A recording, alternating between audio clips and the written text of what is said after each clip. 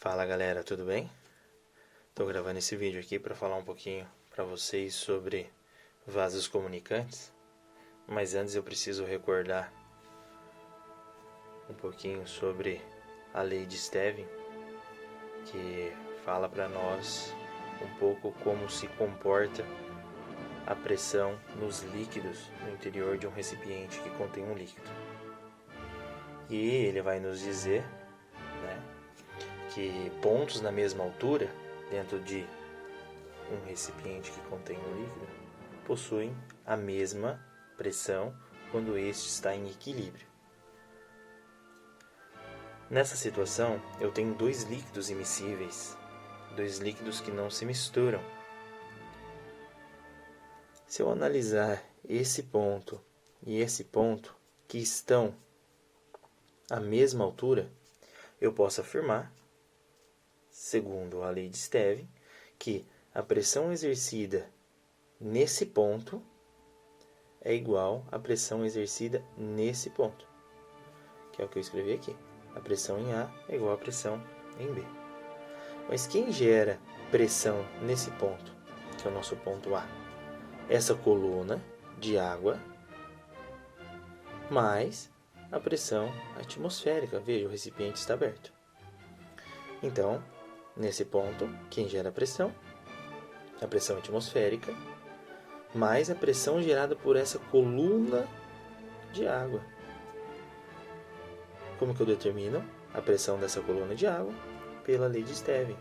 Massa específica do líquido, vezes a gravidade no local, vezes a altura da coluna de água.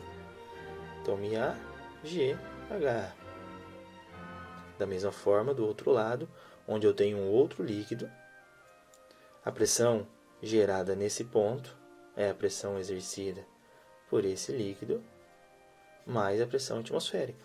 Pressão atmosférica mais a pressão exercida por aquela coluna de água acima do ponto.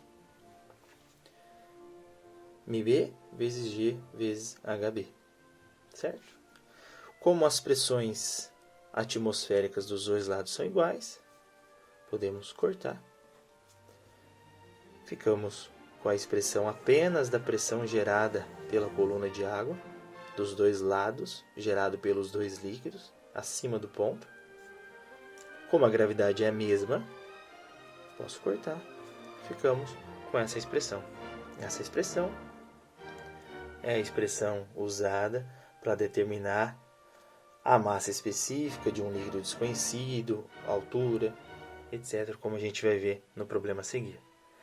Lembrando, a pressão em um líquido ela é determinada por três fatores.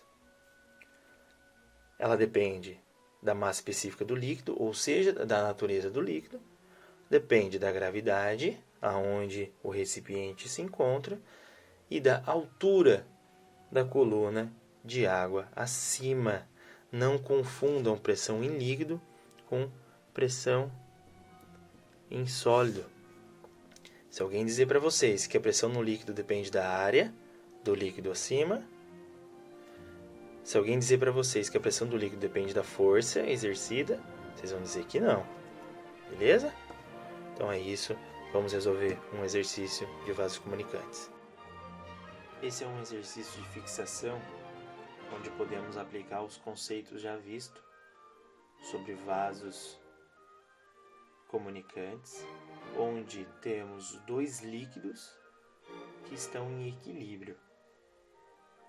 O enunciado diz o seguinte: a figura mostra um tubo contendo mercúrio e um líquido de massa específica desconhecida. Calcule a massa específica do líquido, sabendo que a massa específica do mercúrio é 13,6 gramas por centímetro cúbico.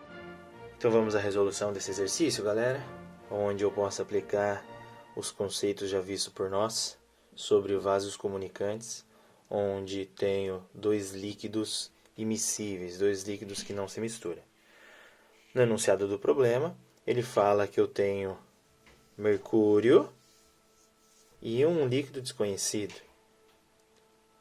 Quero saber qual é a massa específica desse líquido desconhecido. Certo?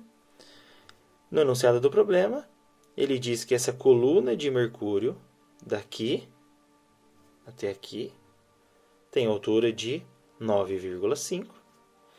E daqui até aqui, daqui até o ponto da bolinha, do ponto, onde eu quero analisar a pressão, vale 9. Então, a altura dessa coluna de água acima é meio, é a diferença entre 9,5 e 9. E a coluna de líquido desconhecido é 5 centímetros. A massa específica do mercúrio ele dá no enunciado do problema. Utilizamos a expressão que nós já conhecemos, né? Que é a massa específica de um líquido A vezes a altura da coluna de líquido A é igual a massa específica de um líquido B vezes a coluna acima desse líquido B, onde os pontos A e B precisam estar na mesma altura em relação à base. Ok? Substituímos os valores. 13,6 é a massa específica do mercúrio.